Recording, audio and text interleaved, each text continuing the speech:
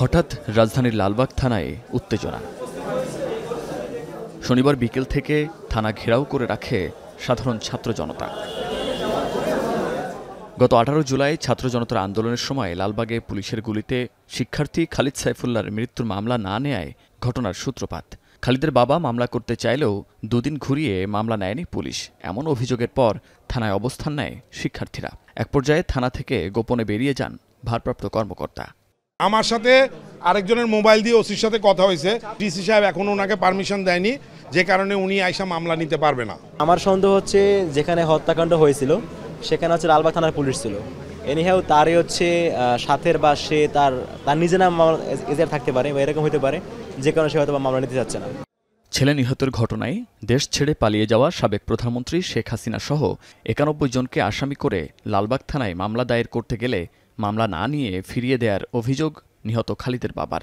ছেলের নিহত হওয়ার সঙ্গে জড়িত ও আদেশদাতাদের সর্বোচ্চ শাস্তির দাবি তার।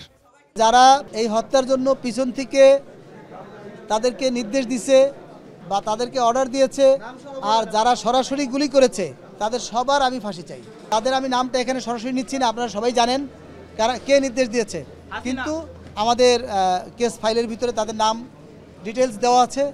আশা করি ইনশাল্লাহ আমি আমার ছেলে হত্যার সুষ্ঠু বিচার পাবো।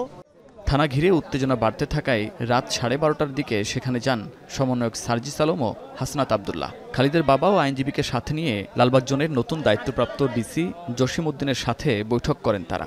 ডিসি ও সমন্বয়কদের কেউ গণমাধ্যমে কথা না বললেও আইনজীবী জানান রোববার দুপুরের মধ্যে মামলা নথিভুক্ত করার সিদ্ধান্ত হয়েছে।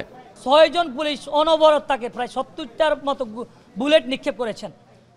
মৃত্যু নিশ্চিত হওয়া পর্যন্ত বুলেট নিক্ষেপ করেছেন। সেটার প্রত্যক্ষ সাক্ষীরাও আজকে উপস্থিত ছিলেন, আশ্বাস দিয়েছেন এবং মামলা রিসিভ করে নিয়েছেন। টোটাল 12 পাতা। আমরা এখানে সাবেক স্বৈরশাসক শেখ হাসিনার নাম আছে, সাবেক প্রধানমন্ত্রী, এবং সাবেক আওয়ামী লীগের সাধারণ সম্পাদক ওবায়দুল কাদেরের নাম আছে। আমরা 91 জনকে এখানে এজাহারভুক্ত করেছি এবং 120 থেকে 150 জনকে আমরা এখানে অজ্ঞাতনামা আসামি করেছি। এরপর রাত 2:30টার দিকে থানা ত্যাগ করেন অবস্থানরত শিক্ষার্থীরা। মুন্নাফ রশিদ, এখন, ঢাকা।